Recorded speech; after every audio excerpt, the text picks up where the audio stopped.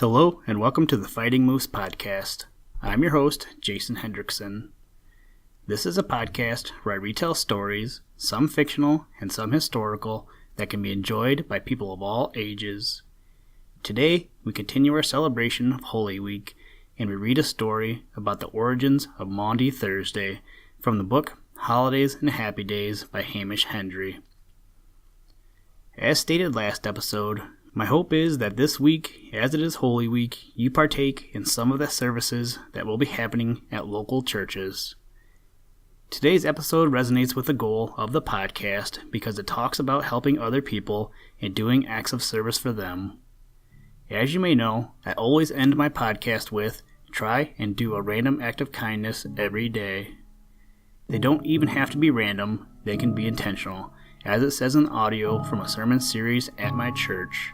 You can find these on the website homepage. Anyway, in case I miss you for Easter, Happy Easter. Now, let's turn to today's story. I hope you enjoy. Let's begin. Liftoff. We have a liftoff.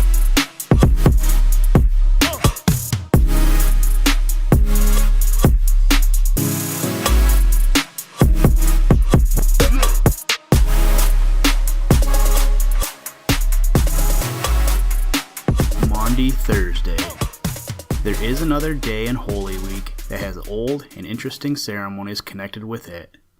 This is Maundy Thursday, which always falls, of course, on the day before Good Friday. It is the day which is set apart to commemorate the humility and tender loving kindness of Jesus during that week of his suffering and death. You remember that, after the Master with his disciples had partaken of supper in the upper room in Jerusalem, he rose up and laid aside his garments. Then he took a towel and girded himself. After that, he poured water into a basin and began to wash the disciples' feet, and to wipe them with the towel wherewith he was girded.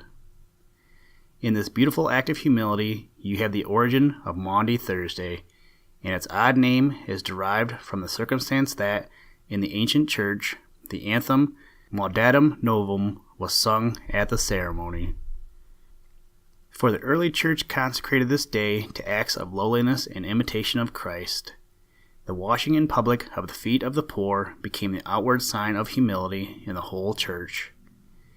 In later times, this washing was accompanied by gifts, and the ceremony was performed by kings and queens.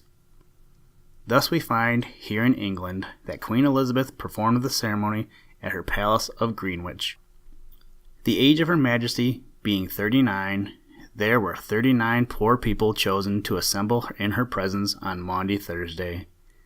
Then the yeoman of the laundry, the sub-almoner, and finally the Queen herself, washed each foot of the poor people in water mixed with sweet herbs, marked the sign of the cross above the toes, and then kissed it.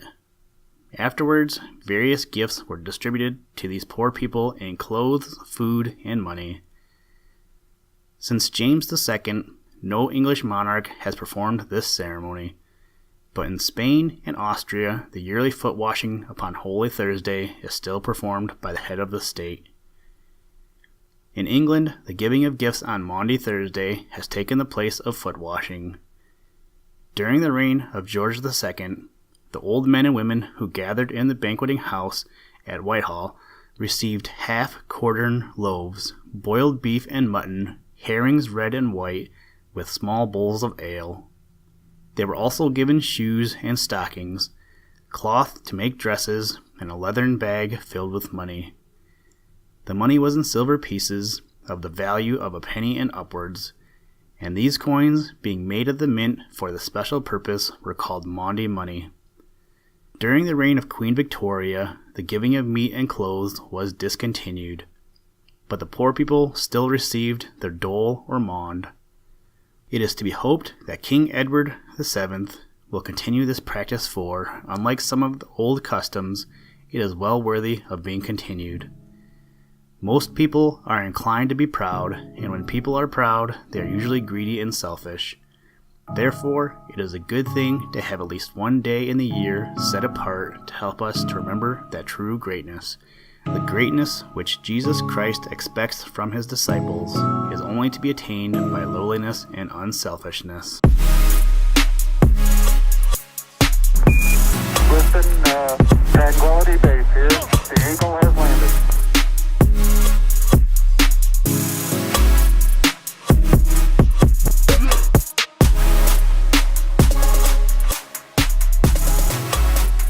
Thank you for listening to this episode of the Fighting Moose podcast.